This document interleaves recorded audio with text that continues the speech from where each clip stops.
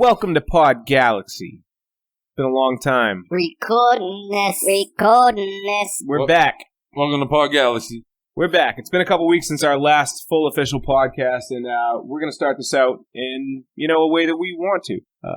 Exactly. Do you hear a voice difference? It sounds very different, I think. I think so. So, just for all you to know, we did get the audio equipment, and if you follow it on Instagram at Pod Galaxy or Facebook, you can see the progressions of this podcast where it was two dudes having a conversation, hanging out, shooting the shit. Yelling at a computer. Yep. A laptop to be like that, just putting it in the middle and having just background sound and sounding like ass, but we still try to give a little content. But now we have some equipment. We got a Soundcraft Notebook 12FX. It's little. It's fucking looks cool. It's sleek. Very sleek.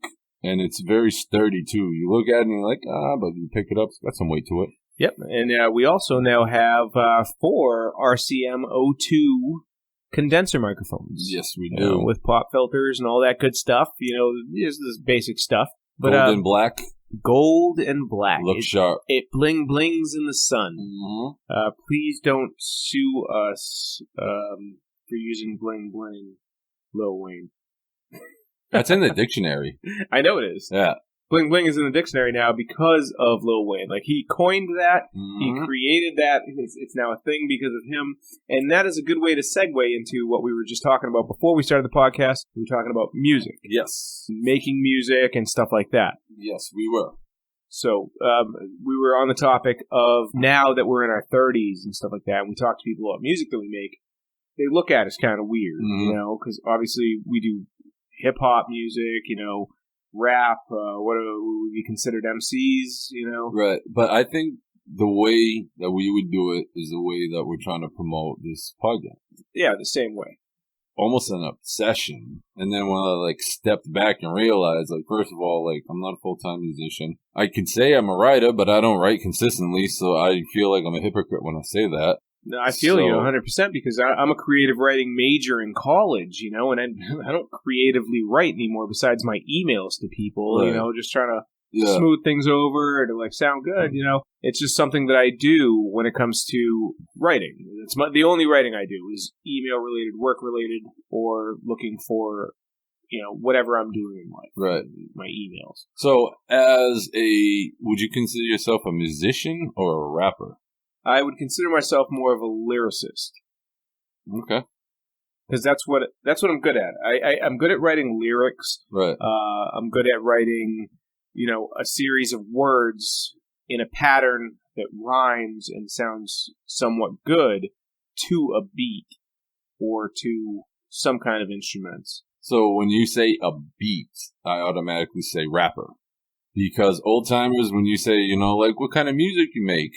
What are you, an artist, a hip-hop? Yeah, I'm a lyricist. That's a younger generation. You're not going to hear a 60-year-old person be like, yo, I love this lyricist. Yeah, and they're not going to say beat either. They're going to be I put a good, I put a good riff out there, Well, there is a difference between a riff and a beat. Either way, to me, well, no, yeah. I understand that. Yeah. but still, it's a difference in the generations and the music that was listened to in certain times. And we grew up listening to a lot of hip hop. I grew up listening to disco and Motown. Really? Yeah, that's what my mother listened to. I wasn't really allowed to have hip hop around me. I wasn't allowed hip hop either. My first one was I heard Salt and Pepper, but I think my first bad rapper that I heard was Too Short. And really? I knew damn well I couldn't play that CD in front of my parents. Yeah. Well, I had heard hip hop and rap and stuff like that on MTV, stuff like that. My first album that was hip hop, not even hip hop, rap. Vinyl? No, I'm CD. My first CD that I ever got. Did you have a tape? Or do you? I used to have tapes. We used to have the boom box, and with the two things, so you could put one here, and you could record what's going on the radio, or you could transfer over to the other cassette. But my first CD that I ever got that was rap Okay, first CD. Did you have one before that wasn't rap? Yes. Okay, so my first CD. First CD ever. What was I ever got. I remember my mom bought one CD, and we would play it all the time, and it was Chumbawamba Tub Thumping. So that was... I get knocked down, you know? Was that your first CD that you ever heard? No. Yes. So let's do... That was the first time we ever played a CD. Okay, I was saying let's do the first time you ever heard a CD. So I remember the first time I seen that, I'm like, what is that? Well, so your first CD that you ever saw or heard. Well, the thing is that I know my mom bought my older sister's CDs. But what was the first one you visually saw? I can tell you mine. I remember clear as day. It was probably my sister's Backstreet Boys. You know, I don't know, but I remember the one that actually imprinted on me was Chumbawamba Tub Thumping. Do you want to know what the very first CD or Tub Thumpers? Tub Thumpers. It was Tub Thumpers, and the song was Tub Thumping. Oh, okay. Yeah. Mine, the Nitty Gritty Dirt Band. Really? Swear to God. Dude. Nice. First CD. Is that bluegrass? It's bluegrass country. Mm-hmm. So I was actually staying at my grandparents'. Some of them. Yeah. Yep. I like banjo. See, if we had an engineer, I'd have him bring it up and then play a little sample, because I'm sure you probably heard of a song or two of them. I absolutely, I believe it. I was at my grandparents'. My dad came in a new, I think it was either a Tacoma or a Ranger. Your dad looks like a Tacoma guy. I believe he's had a couple of them, yeah. So I think it was a Tacoma. I think it was the green one. Yeah. It was in the door. And I picked it up and I looked at that, and then I looked at the head unit, and it was a CD player. And I was like, what is this? Like, thinking about, you know what I mean? Yeah. So that was the first one I ever saw. First one I ever possessed was a Salt and Pepper. Salt and Pepper? Salt and Pepper was the first CD I ever owned. Yep. So you went straight to hip-hop, or no, R&B. Yep. R&B. And that's because I found the CD on the ground. Ooh. I didn't go buy it. It was just, I remember seeing a CD like this. Well, that's how I got my first pager. I found it on the ground. Did you really? There was still some charge to it. How'd you know the number? I didn't know the number. I just carried around a pager like I was a gangster, you know, like I was thug. You get a call back. Hey, what's up? They're like, yo, can I talk to you about this? You're like, sure. Not even that thing. The pager. It was lime green clear. You remember in the early '90s where clear everything was really cool. It was lime green and clear. And for the first 2 days, pages came through, and then they stopped. To them?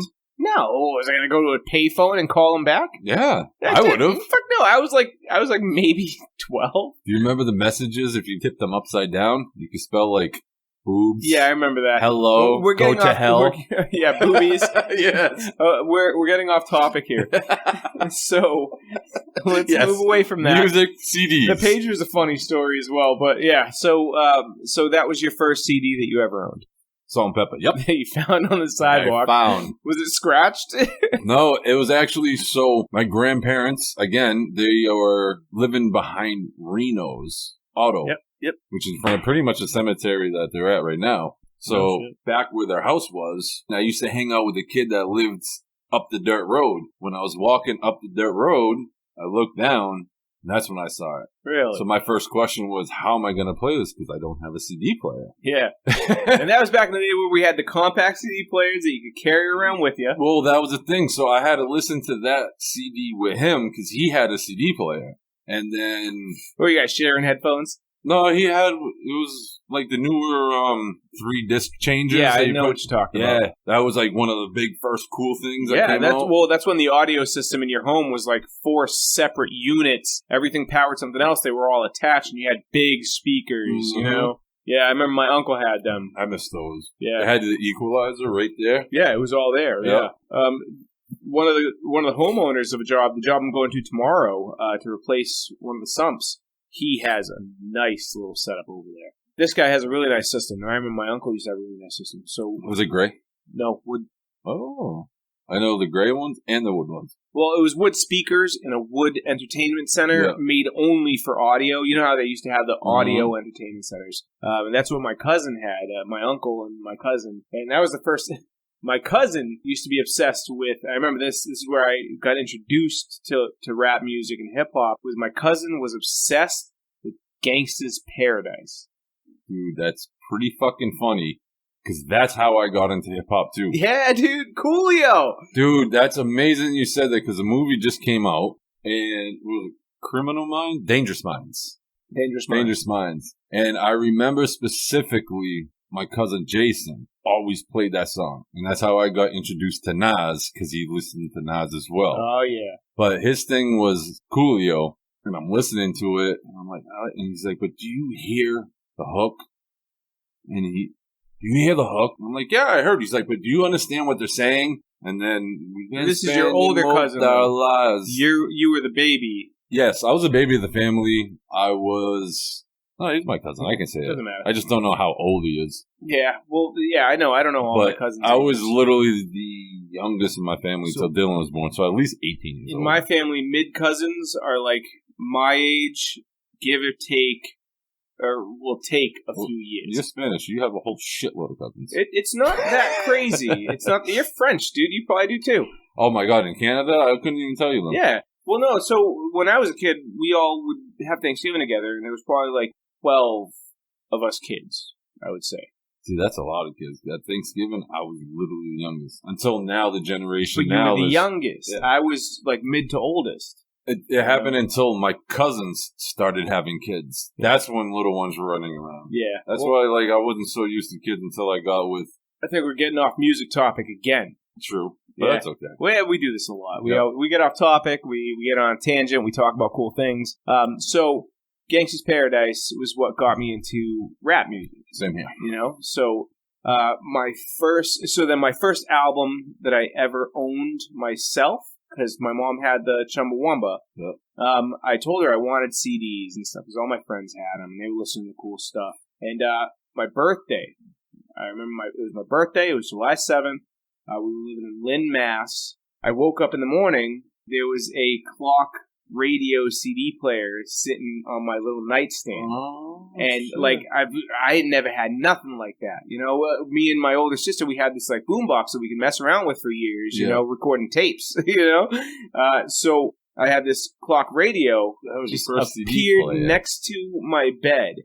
Like I woke up in the morning and it was there, and inside of it was a CD, and the case was on top. And my first CD I ever had was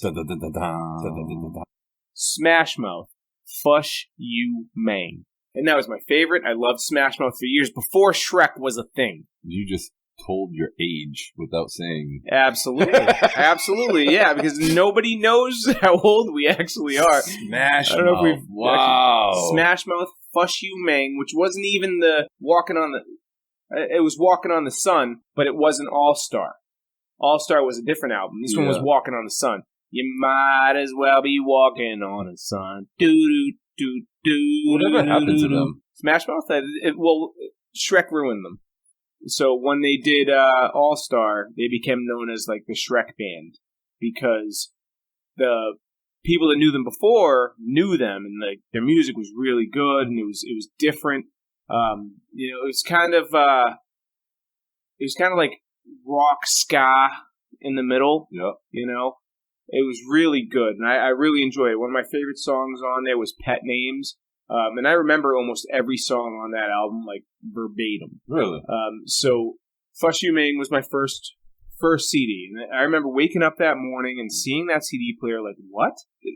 That was like the Tooth Fairy came, you know, in the middle of the night. That's what I was thinking when you said that. You're like, it appeared out of nowhere. Yeah, you know, so I saw that. I woke up and I was like, oh my God. And my mom heard me wake up.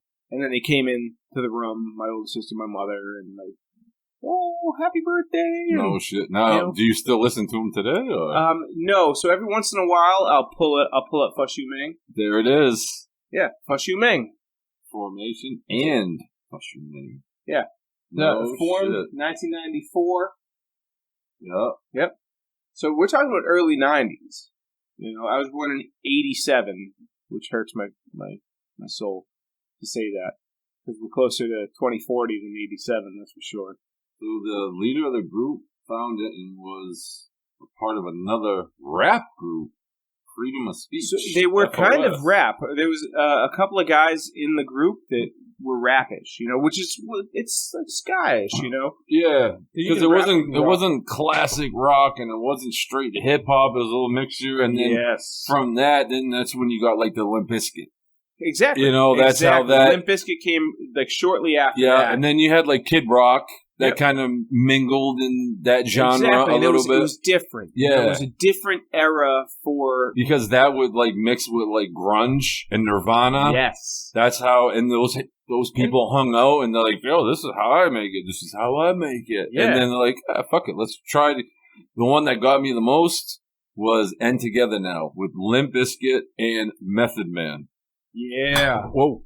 That one, I thought... was amazing. I'm going to look up, I think on TRL, I believe it was, End Together Now, as I'm Googling this.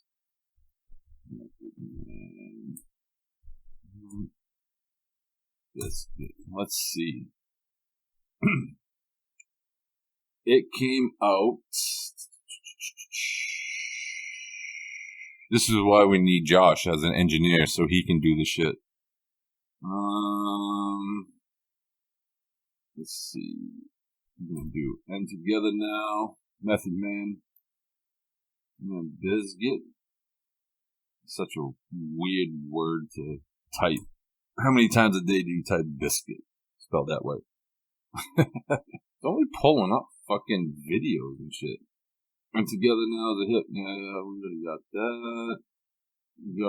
They actually have their own Wikipedia site. That is fucking hilarious. And Together Now? They have their own Wikipedia. So, it was released November 9th, 1999.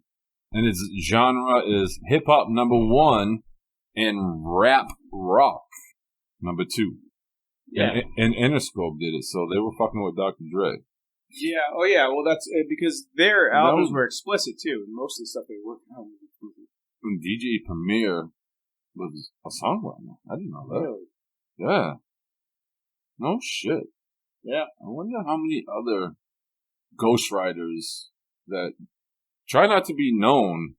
Most of like the country songs and a lot of them, they're all written by somebody else. And a lot of time the composition's written and then the lyrics are written by two different people. Then you have the singer. That's one thing I didn't really get. And we were going back to when we made music. I always identified like, oh, I'm a rapper, then I'm a producer. And then I'm thinking like, all right, I do write lyrics, I do record, I do edit, I do produce. But then when somebody comes in here, I'll help write for them. I never wrote a full verse except for one person.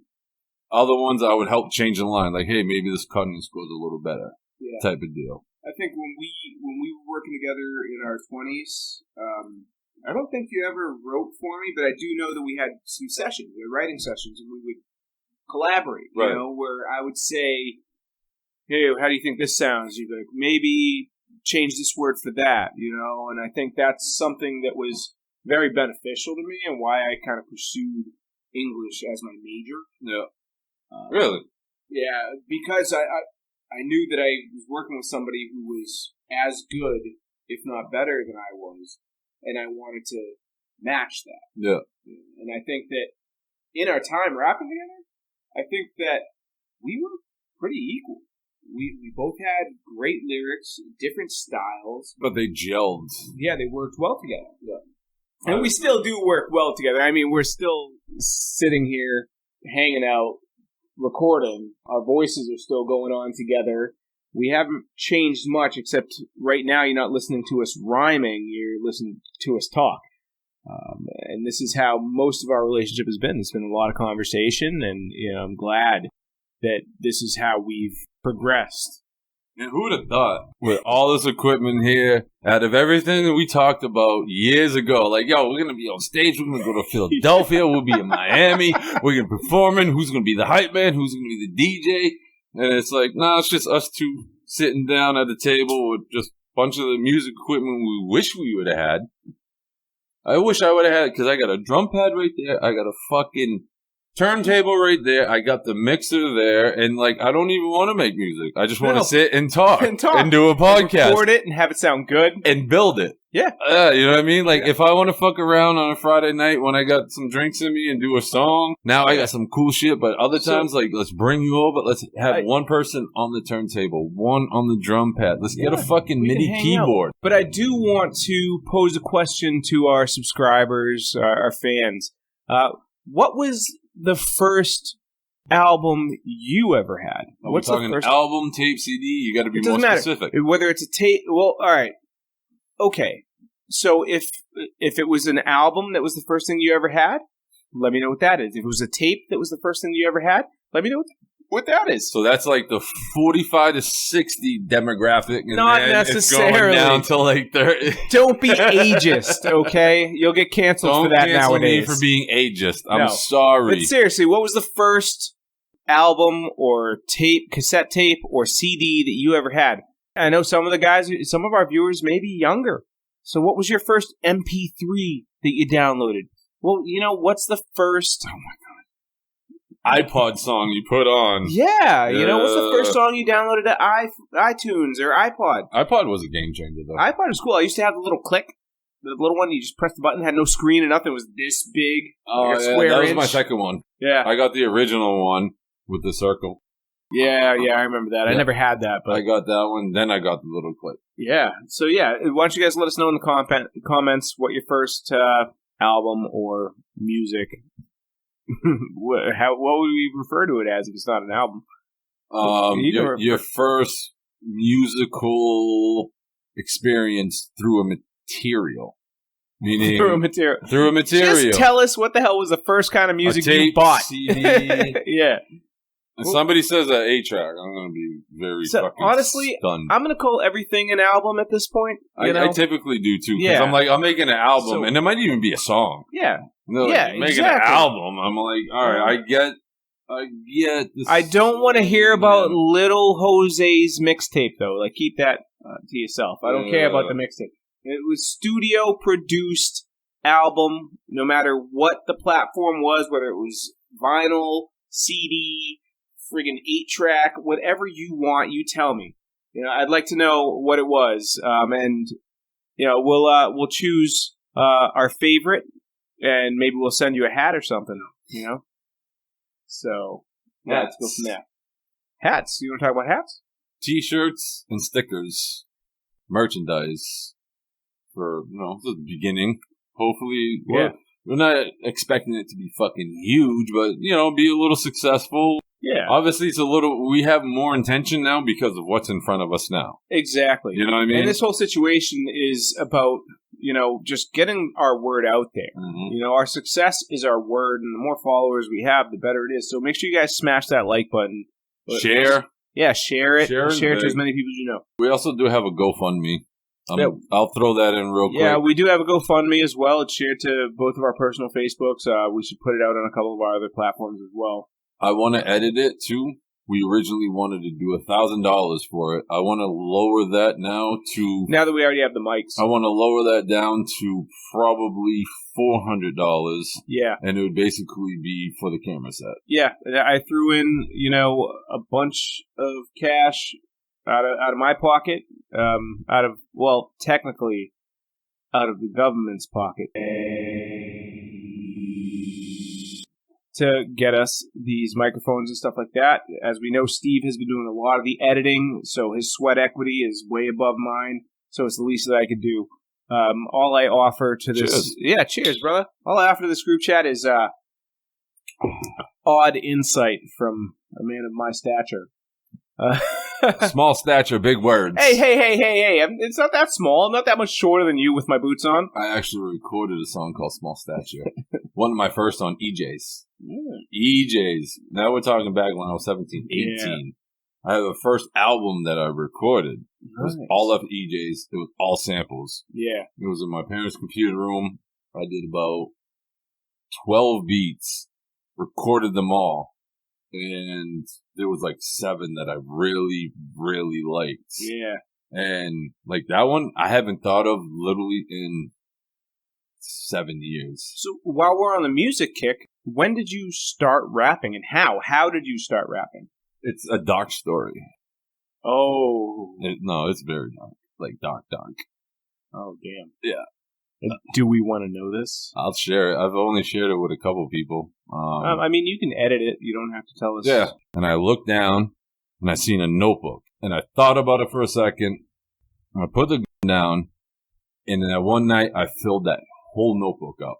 When I say a fucking full notebook, not like a 5-star, but one of those single ones, maybe like 60 pages, 72 pages. Okay.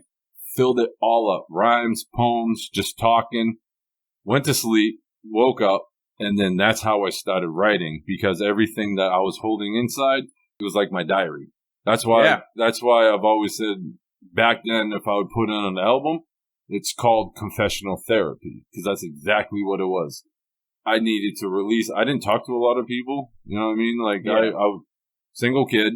Yeah. Spent a lot of time in my room with my wrestling buddies, you know, not trying to be bothered type of shit. That was adolescence, and then it was writing down. And then when I found a way that I could make music through EJs, did a lot of Tupac. I would play Tupac, print the lyrics, and just follow along with what he wrote. Oh, just with your own lyrics? No. Afterwards. When I first started, I'm not even lying, I still have the folder.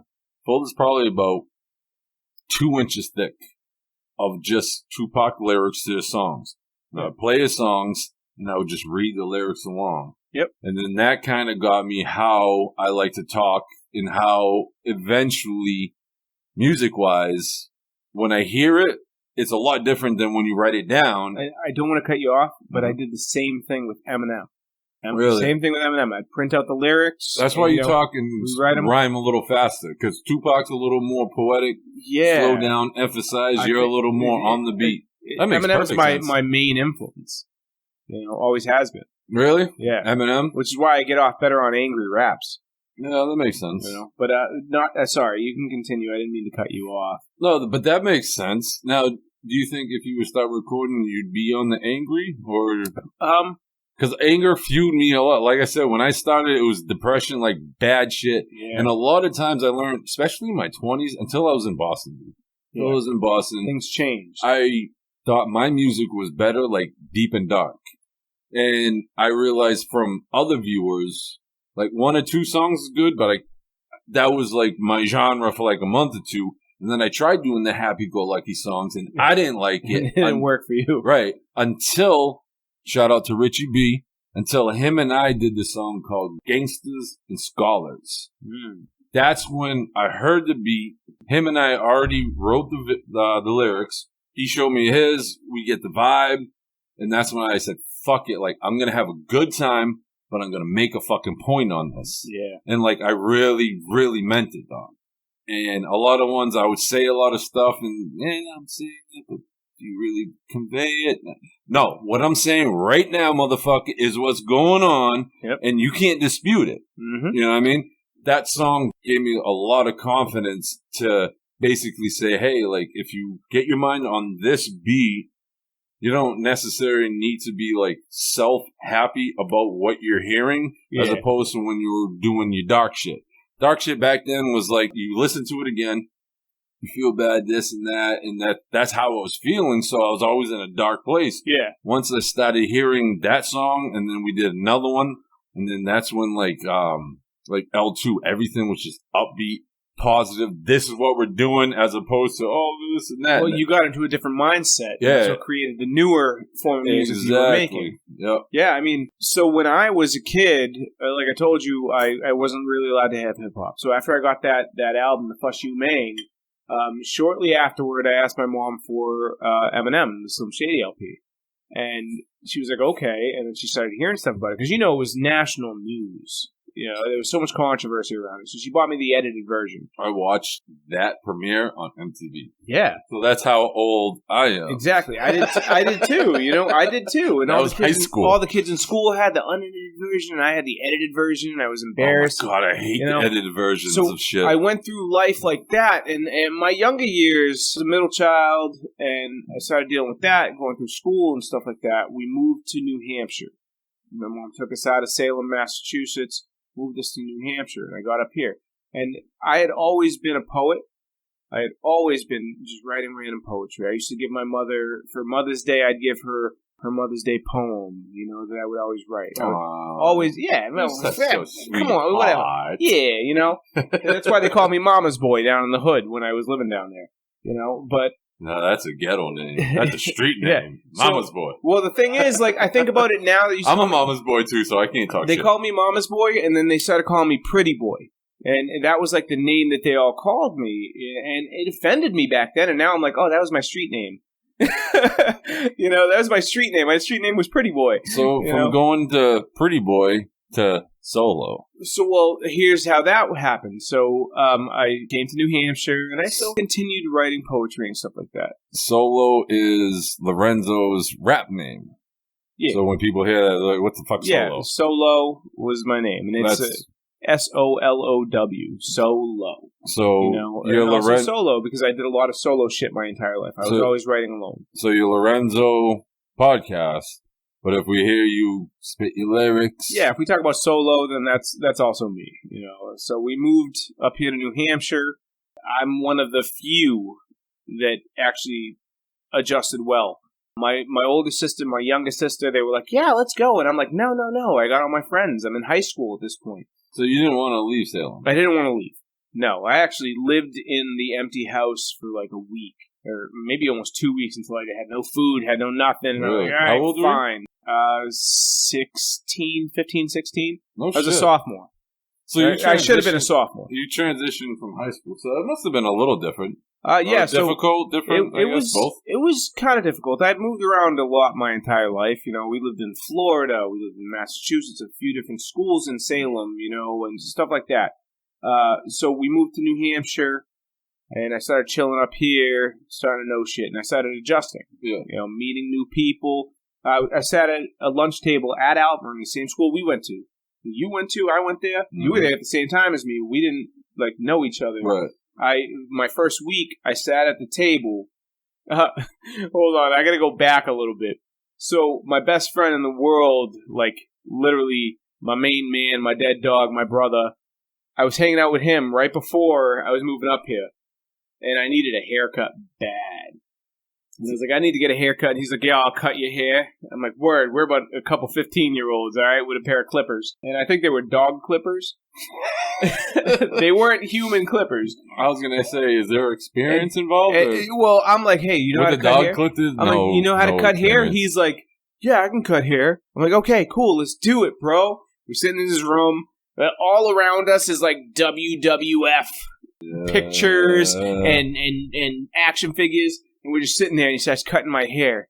And no mirror. I couldn't see what was going on. What kind of haircut? Oh, wait. So, no mirrors. I can't see what's going on. He's trying to give me a fade, okay? And he finishes up, and he's oh, man, you look good. And I walk into the bathroom, and I was bald. I had hair here, a 1. And then nothing. Bald. Everything underneath. And I looked so jacked. So when I came to New Hampshire, I was telling... you came to New Hampshire with that? Yeah. So I was telling my mother for a while, before I refused to come to New Hampshire. She left me in the house. Justin cut my hair. And I came to New Hampshire finally. And she said, what the hell did you do to your head? I told you 3 weeks ago that I wanted a haircut. Well, you didn't come up with us. Oh, well, still. So I wore a beanie to school, and the teacher started telling me I couldn't wear it. But either way, started going through a kick where you couldn't wear hats. Or beanies and I was like, no, it's a medical condition. But so the first week I was up here in Hudson at Alvern, I didn't know anybody. Whatever, I'd moved before. I know the drill, so I grabbed my lunch. I went to a table. There was a bunch of kids sitting over there. There was 4. They looked like seniors to me sitting in the middle, and there was just an empty spot. And I sat down. And, at what spot?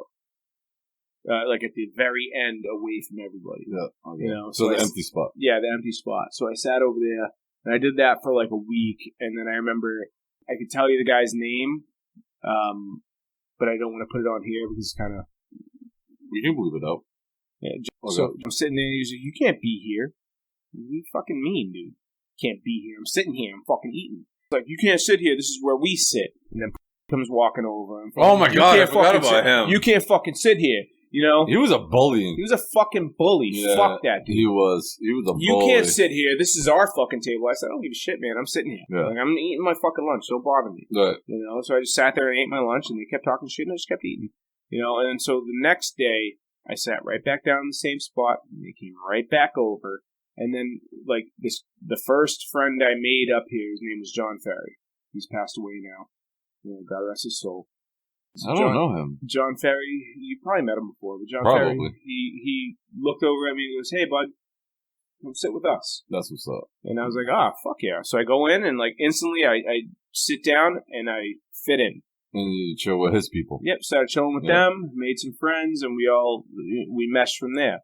So, fast forward, and the whole time I've been doing poetry.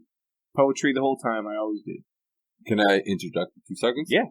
All right, so when I remember in Alvern, you had, you know, the rock group, the rap group, the grunge group. The dragon group. The weird black wearing kids. Which one was he involved in? That was a different situation. So it wasn't group-wise, it was just like friend to friend. Like, no, I mean, most of those kids were wearing Abercrombie. That I was sitting with. You hung out with the Abercrombies. Well, see, that would be a group right there. But that's the thing. You call them the Abercrombies, but it was a group of just a bunch of dudes that have known each other forever. You know, it's not like I was hanging out with the goths or the jocks. You know, it was just. So you were hanging out with real intelligent people that were similar, as opposed. Well, I mean, you had like the rock group, right? And then like the goth group. And there were their own separate... Yeah, you know what I mean? And then if one got along with the other people, that's when shit happened. Me, I got along with everybody. I could sit at the rap table, the rock table. I sat down at that table. I was brand new. No. And I was hanging out with these guys. You know, they were a year younger than me. They were freshmen. I was a sophomore. So I sat and hung out with them. And, you know, we talked and stuff like that. And it was actually a pretty diverse group. Like, these guys, they wore Abercrombie and stuff like that. But they were all very different. They weren't, like, all into sports. I wasn't with a tees and then buttoned up to the top. Well, that's how I dressed. You know what I'm saying?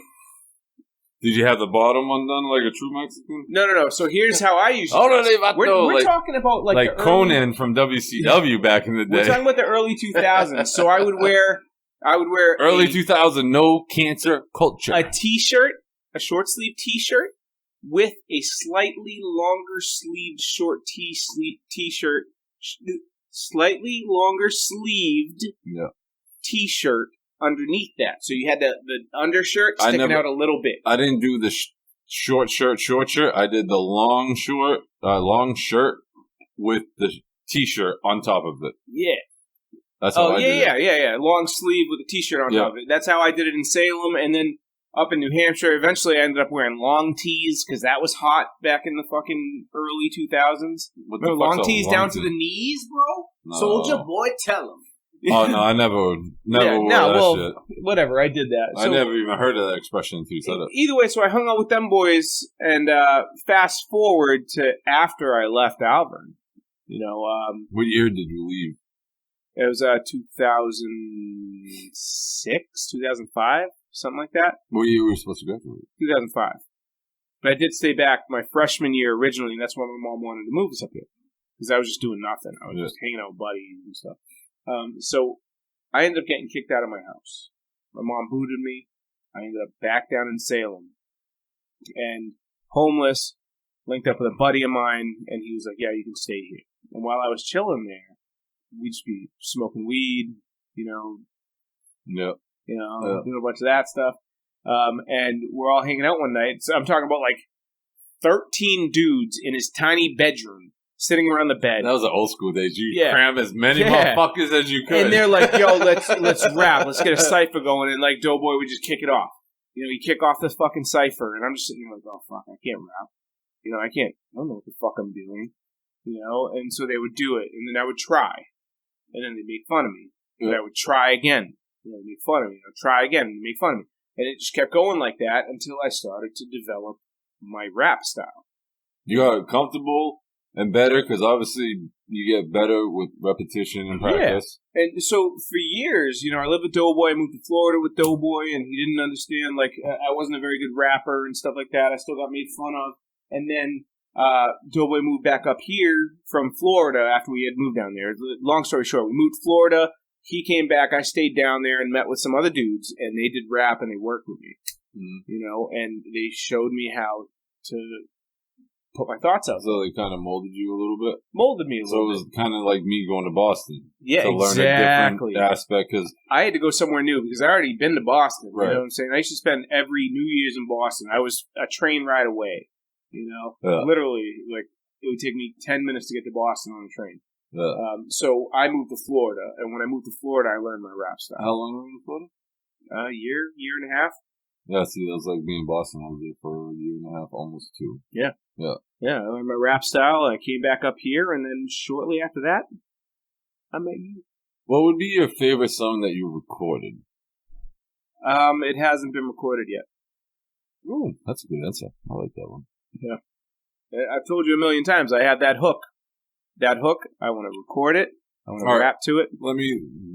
From ones that you have recorded, which is your favorite? Killy. And that's unreleased. You don't have it. You do not have access to it. That's mine. It's unreleased. Well, there was one song that you recorded, and you said it was called that. And we recorded it one night, and you just, forgot about it. Maybe. It was a full one dedicated. We have a lot of recorded stuff, but most of the stuff that we recorded together was never released. No.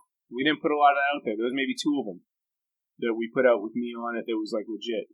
Remember there was that dude that lived downstairs from you? Yeah, but we didn't actually spend any time, you and I, recording. Yeah. It was always making beats. A few people. Yeah. And normally we were shit-faced, We never actually made a beat together, no.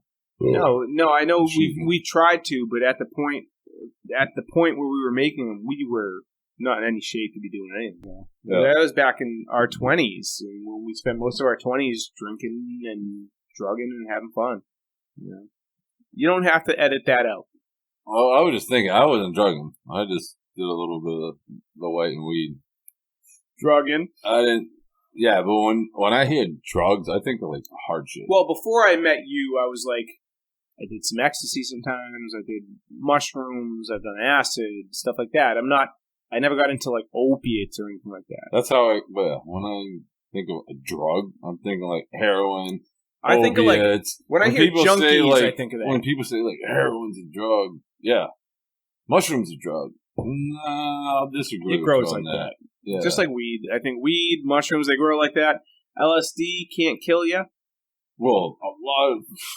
I'm not even smart enough to express it, but Joe Rogan has shit on the whole psychedelic drugs type of shit. I like psychedelics. I'm not a fan of pills. No. I don't like pills. I don't even like to take fucking Advil. I'll do ibuprofen, not Advil. I don't even really like Advil, that either. I hate Advil because of the coating.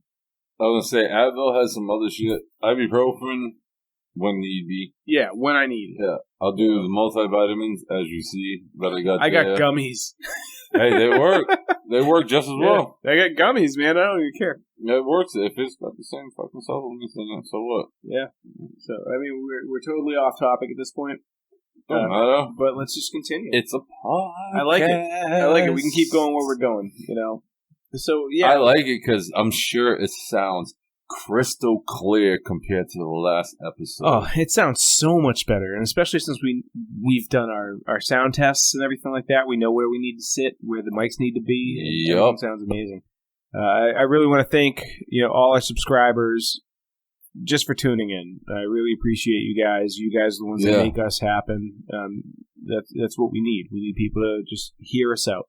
And I want to thank everybody that's either, it's a very small following, but just for people that signed up for Instagram. Well, not signed up, I shouldn't say, but followed on Instagram. Following. Everybody that donated to our GoFundMe so far. Yes. Thank you guys so much. Absolutely. We're going to do big things with that money. It's something that we would love to expand. Absolutely. Thank you for your generosity. Yeah. Straight up. Yeah, we needed to expand, in order for us. Needs to be more people like you in the world, not just for the money wise, just for your generosity and helping out. And yo, shout out back too. If you got something going on, send it our way. Maybe we can help you out. Maybe we can collab. You know what I mean? Absolutely. You wanna come on to our podcast? I would love to have our first guest. I can't wait for that. That's gonna be awesome. Absolutely. I mean, we have a little segment with our buddy Eric there, which we could put up. Yep, we could, but is our absolute first guest. But I think from now on, I want to record with this. I don't want to. Yeah, I don't want to go back. I look back a little bit, and I don't want to look back. Well, the sound is just so much more crisp. It's amazing. And, we got these microphones. They came in a couple days ago, but we've been very busy with our 9 to 5. So now it's time for us to do our 6 to 10, 6 to 11. And we finally had time to unbox and take a look at what we have.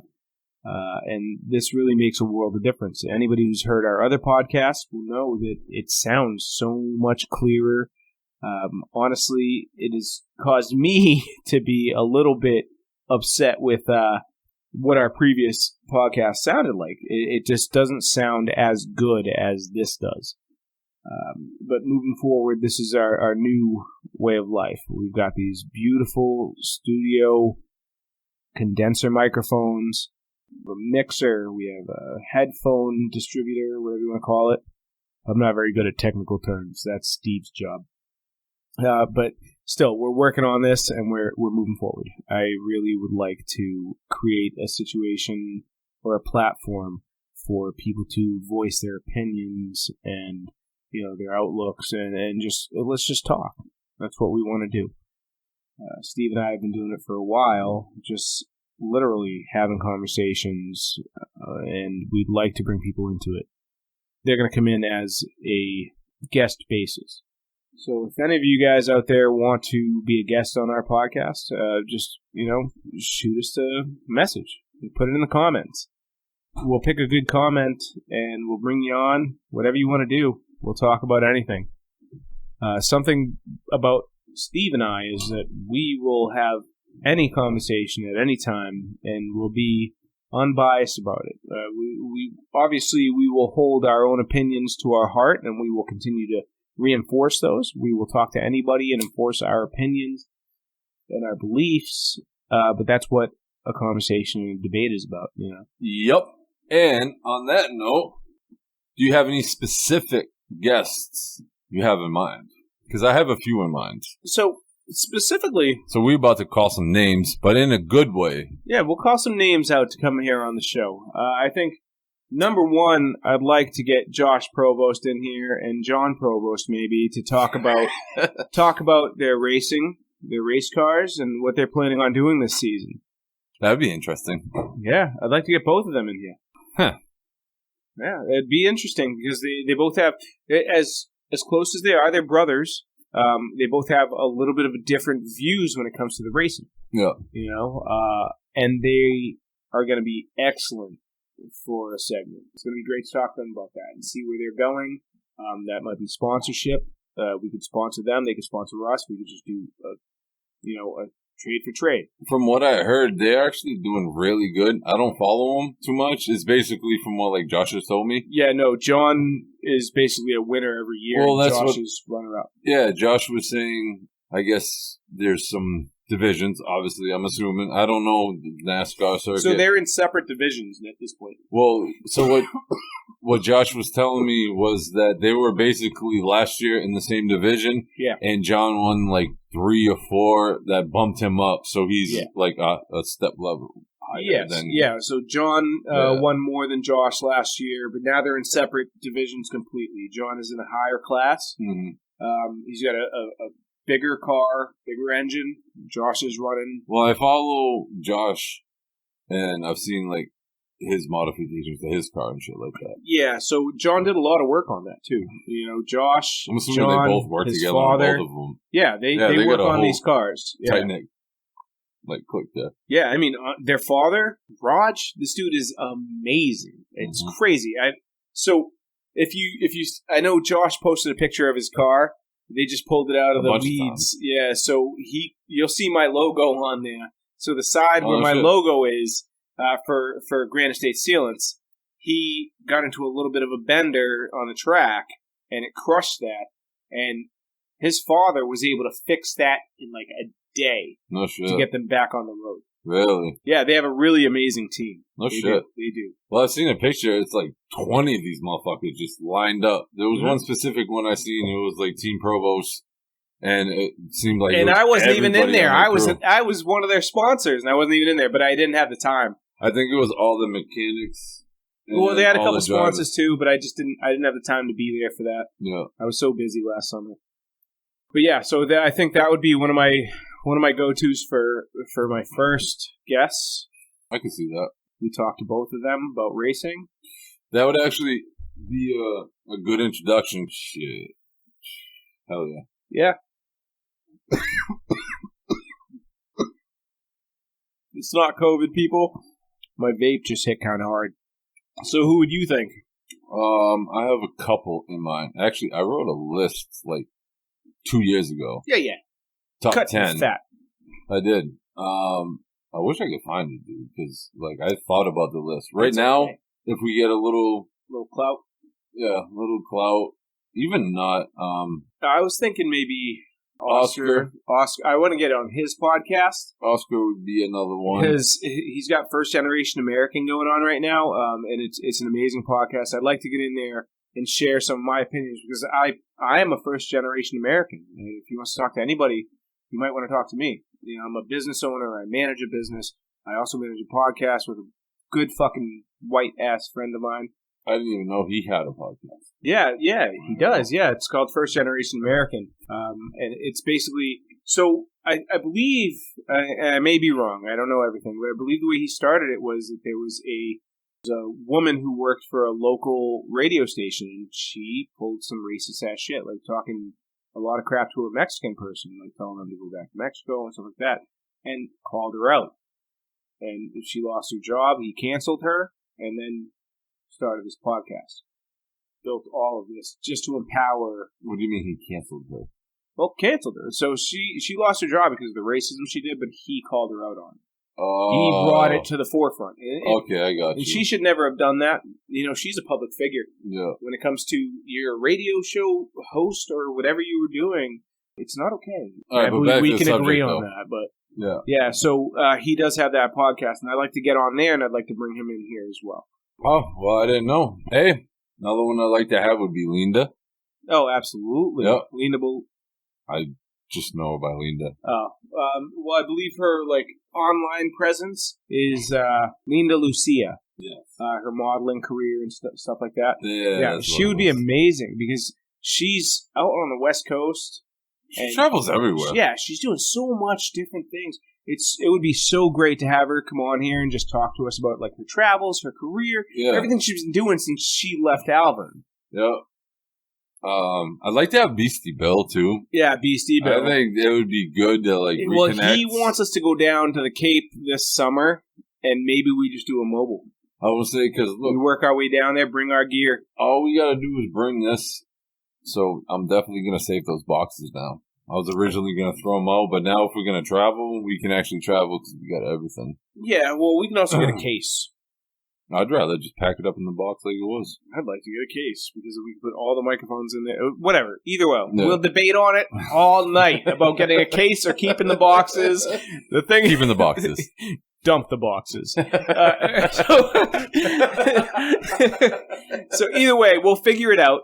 That's a poll. If you get new equipment and you want to travel, would you rather A, keep it in the box with the ceramic wrap and all the foam, how it was nicely presented and packaged to you, or B, buy a case for it, put some foam in there, and get every single piece of your equipment in its rightful place to carry down there in a hard plastic case. That's what the box is for.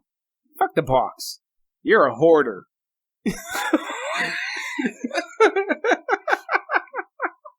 I'm on the hoarder kick because I've been watching Hoarders every night before I go to bed. That show is incredible. I haven't watched it in so long, but some of the shit, when I was doing the trash removal business. Oh yeah, I believe it. Especially up north because they don't have trash people. Yeah, they don't have recycling. None. Yeah, you gotta burn your garbage. I had one client. He had 6 months of his trash bags built up. And, dude, the fucking driveway, I'm not even kidding, I couldn't get the trailer backed up until I was literally still halfway with the truck in the street. So I had to park it there, go up, then we put a fucking tarp. Now, mind you, the night before it rained. And these are fucking shitty-ass plastic bags. So everything's just soaked. Yeah. It was just straight garbage on a mountain. The fucking job called for an hour. We were there for 4 fucking hours, dog. To the point where we had to shovel fucking trash that was stuck to the ground. Ooh, that sounds very nice. It was lovely. And it was an shovel shit off the floor. Hour and 15 minutes up north. Damn. Yeah. Mm-hmm. I've also literally traveled with that company an hour and a half to pick up a grill and a kid's swing set for $150. Totally lost money. Oh, yeah, absolutely. Totally lost money. Just the fuel and man hours to go do that? Oh, it's insane. Stupid. Why would you do that? I don't...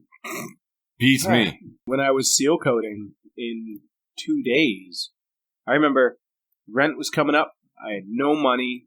It was the end of the week, and I started seal coating, and within 2 days of rent coming up, I was able to make rent and groceries in those 2 days.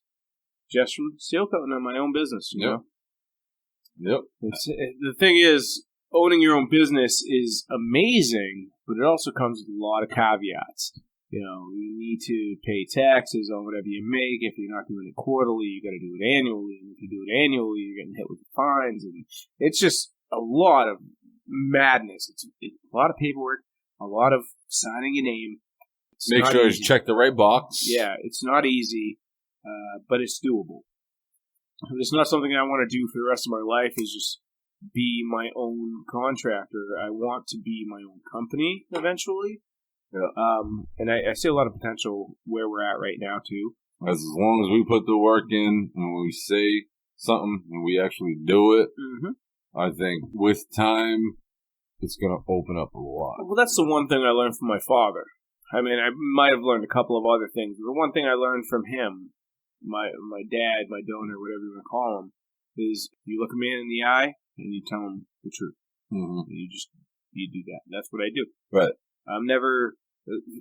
I try to be as straight as I can. Hopefully. Every single person that's around me. I told you this story. Yeah. I was camping and I cauterized it. This dude can't move his fingers. Put your finger right there on that knuckle.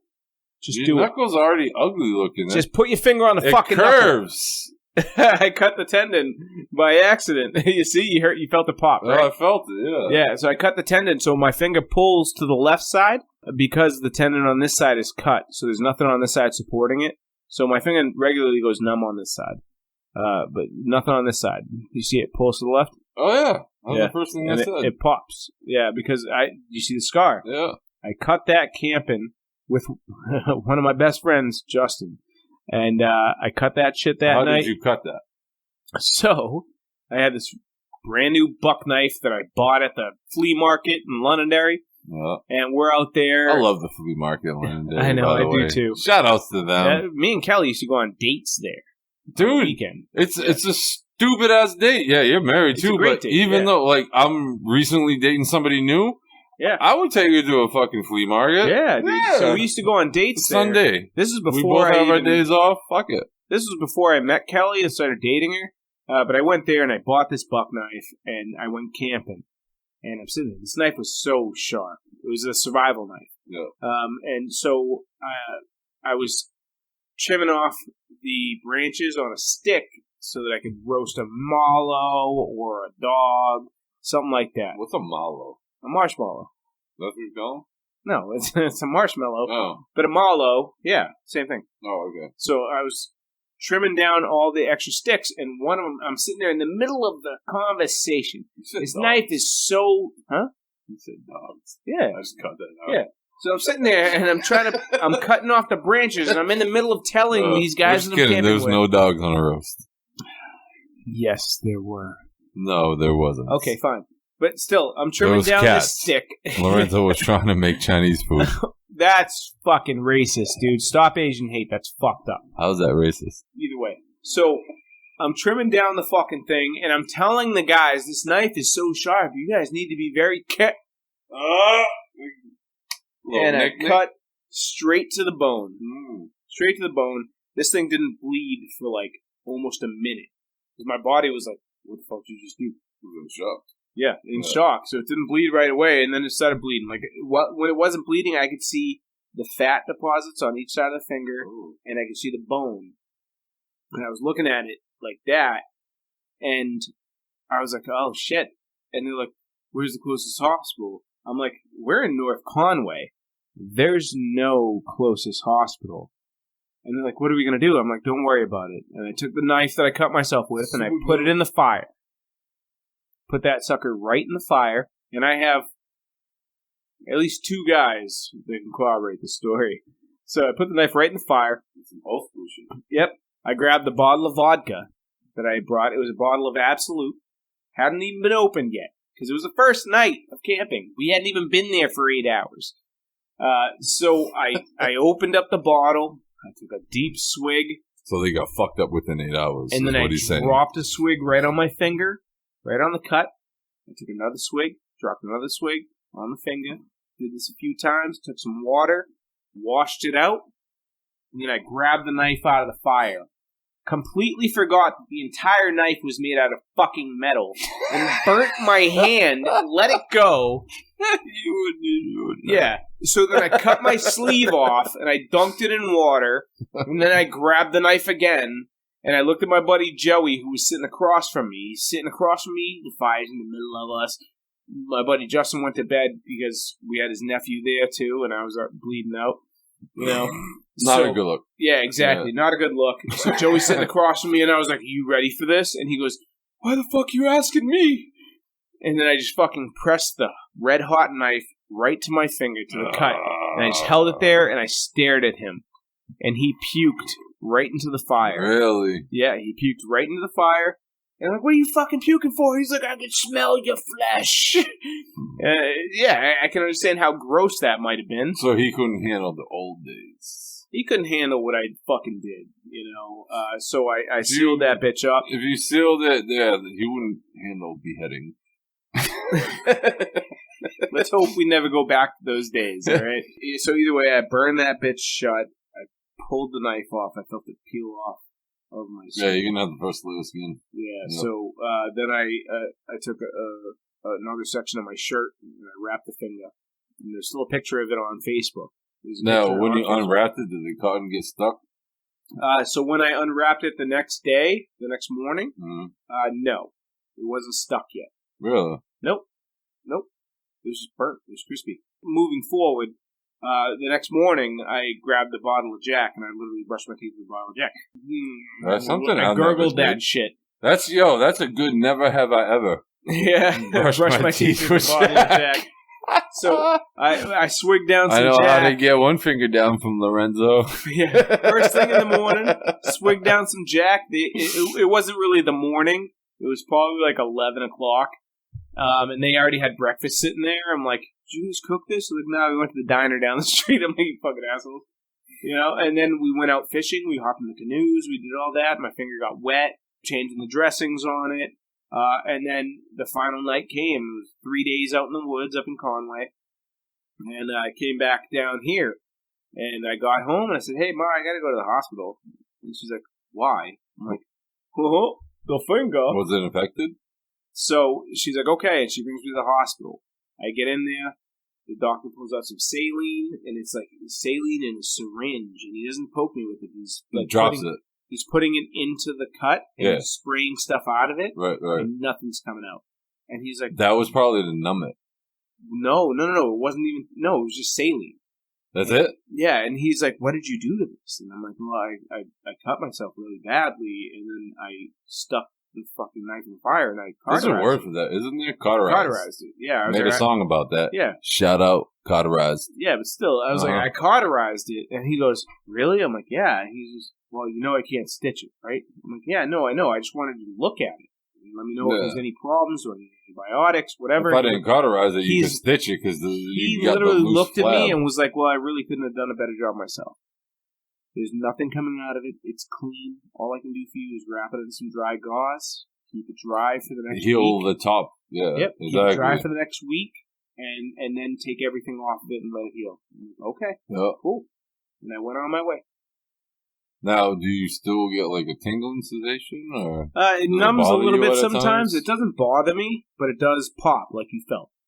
Yeah, but do you feel? Obviously, you feel that, right? Yeah, I feel it pop all day. Yeah, but are you subconscious about it all the time? Nah, like sometimes, shit. like I like to show it off. What are you talking about? I'm a man. Well, I'm nervous about my knee as well, but I just still do everything. I never had knee problems. I've been blessed. I ruptured my meniscus over much. some bullshit, but it healed, and I'm fine. I can do whatever I want. Kelly still makes fun of me because she remembers every time I used to like catch my toe on something and be like, "Oh, my knee," and I dropped to the ground because it hurt. Knee injuries are very serious. There's a doctor in Alabama that does most of the athletes, I believe. I forget his name. I'm going to look that up real quick. If you guys hear that, that's just me trying to set my chair. He's got my old ghetto chair. So the piston is gone. And in order to keep it upright, you gotta like slam it down in a position that locks the piston. Otherwise, it just keeps on dropping down. Shit, man. Donate to our GoFundMe so I can get a decent chair. If I buy a chair, my wife will be pissed. Yeah. That was some injuries. What's next? So, I prepared a list for a podcast. I did share to Lorenzo. I told him to look some things up. But he didn't. The motherfucker didn't. Neither did you, motherfucker. You just gave me a list. Josh did respond and said, "That's dope, bro." Yeah, I saw that. Yep. Ooh! That came from the fucking soul. Yeah, dude. I like it. Good work, sir. Thank you. Listen. Who the fuck are you to say I'm not a prince? Alright? My lineage may go back, and I might be a fucking prince. Just like you could be the last French prince for some reason. Do you know what Steve or Itzian stands for in Latin? What's it fucking mean? King. Royalty. You know what Lorenzo means? Fuck, now I gotta look it up, right? Fuck you. That hurts my soul. Yep, see? Sometimes you gotta come prepared. That's not what it means, by the way. Mine does. It means royalty or king. Yeah. Yep. Lorenzo is fun-loving, sensitive, and romantic. This is everything I'm not. What source is this from? I don't fucking know. The internet, motherfucker. It's from fucking AOL. We had to dial up for this shit. AOL. Thing is, I don't give a shit about name meanings. They mean nothing because people name us these names. If you know what AOL is, type it in. Let us know if you remember AOL. This will be the literally splitting of our Democrat. So let us know the year or the decade that you discovered AOL. And also, let us know the decade that you discovered AIM. Because I remember AIM was still going on in the 2000s. AIM was... Josh fucking Provost still had an AOL email address up to like 6 months ago. Yo, you know how many people when I was doing the junk removal used AOL? Yeah. And then I heard a bunch of other ones too that I never heard. Once in a while I'll be like, what is that? Like even a dot something. I'm like, I've never heard of that. You know there's a lot of people that are still alive right now that are still renting their house phone, their landline phone from the phone companies. I'm not going to put the phone company that's doing it out there, but there's a lot of people that are like that used to rent phones in the 70s and 80s from the phone company and never changed it and are still paying a rental fee. I swear to God. What do you mean a rental fee? That's just a bill. It's a rent. So like your phone bill. You get it. Phone companies used to say, "Hey, you can rent our phone." And they give it to you. You have this phone and you pay a fee. Yeah. So you pay a fee to have that phone. When's the last time you paid a fucking fee to have a landline? Never. Exactly. My parents did. 70s, 80s, they paid a fee to have a landline through the company that they were getting their phone service from. I thought they just went through the electric. No, it's not electric. Phone line is not electric, man. I thought that's how it went when I was a kid. That's what I'm saying. Yeah, well, my mother works for a phone company, so I knew the difference. Yeah. I guess that's why I knew the difference. Well, I know, like, people that work at Comcast now. Like, I know how they operate. Yeah. But back then, I had no. Yeah, so people were renting these phones, and there's still, like, I thought the fucking thousands of people that are still renting phones. Like, older people. He was off electric. Like, seniors. I'm talking about seniors that are still renting. It's a scam. They're getting got. There's a lot of scams. Of course it's a scam. Ooh, let's talk about phone scams. Phone scams? I don't know a lot of phone scams. The only thing I know is, like... What's the most recent one you've been called on? What do you mean? You get a phone call. Oh, hello, my name is Peter. Oh, I'm getting a lot of the fucking car insurances. You get the car insurance ones? Oh, dude, lately my voicemail... I got the so annoying, best dude. one the other day. I was sitting in the office at work. I'm sitting there and I get a phone call and I take it. Hello, this is the IRS. We have knowledge that your social security number has been used to commit illegal acts, and we are suspending your social security number. You can call us and we will deal with this. Otherwise, you will get arrested. I'm sitting there laughing. I love it. I love it. Yowza, so afraid. When these people call me, I keep them on the phone for as long as I possibly can. I kind of do the same thing, I too. mess with them. I kind of do the same thing, too. I start asking questions back. Yeah. They ask questions back, and then it becomes the fucking queen when you play the game of Kings. Yeah, dude. Yeah. That's what you got to do, because the thing is that we should all be having conversations with our grandparents and anybody who's, like, elderly that we know. Mine are all gone. Rest in peace. Yeah, I have one grandmother left. All mine are gone. Yeah. Everyone else is gone. I just got a grandmother who's still kicking. You still got a grandmother. I got a grandmother. I ain't seen her in like fucking 10 years, but whatever. So call her up.